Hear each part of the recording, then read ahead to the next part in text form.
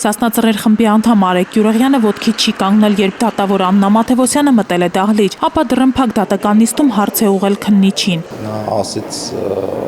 արդյոք բացահայտել եք այն անձին կամ անձանց, ովքեր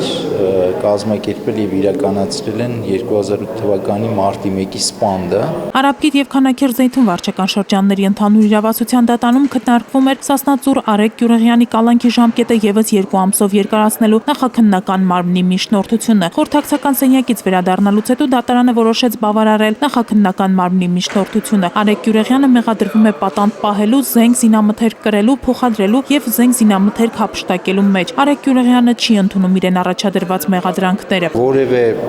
ապացույց դատարանին չէր ներկայացվել, որը կհիմնավորեր, որ նա կատարել է այդ հոդվածով կամ մյուս հոդվածներով իրեն մեղսագրվող արարքները։ Նույն դատարանում այսօր քննարկվում էր նաև Սասնա Ծռերին օժանդակելու մեջ մեղադրվող Սամսոն Գաբրիելյանի կալանքի ժամկետը եւս 2 ամսով երկարացնելու միջնորդությունը։ Պաշտպանի խոսքերով նա հուլիսի 19-ի ուշ երեկոյան գնացել է Սարի թաղ, որտեղ ցուցարարները նրան կասկածել են ոստիկանության գործակալ լինելու մեջ եւ փորձել են ծեծի ենթարկել։ Հավաքվածներին հակառակն ապացուցելու համար նա զանգահարել է Պարեկապահակային ծառայության գնդում գտնվողին։ Զանգահարում է Պավել Մանուկյանին եւ նրան խնդրում, որ օդ կրակի, որ համոզվեն, որ Պավել Մանուկյանի հետ է խոսում։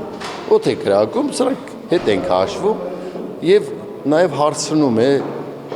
դուք շրջապատված եք եւ հնարավոր է որ գրոհ ձեռնարկվի ձեր նկատմամբ։ Պավել Մանուկյանը պատասխանում է, որ գիտեմ։ Այժմ մեղադրվում է 2 հոդվածով։ Թե պատանդառության օժանդակություն, թե շենքշինություններ զավթելու օժանդակություն։ Իդեպ այսօր հայտնի դարձավ նաև, որ Սասնա Ծռեր խմբի անդամ Սմբատ Բարսեղյանին մեղադրանք է առաջադրվել նաև գնդապետ Արթուր Վանոյանի սպանության համար։ Օրերս նրան մեղադրանք էր առաջադրվել գնդի գրավման օրերին ոստիկան Յուրի Տեփանոսյանի սպանության համար։ Սմբատ Բարսեղյանը չի ընդունում իրեն առաջադրված մեղադրանքները։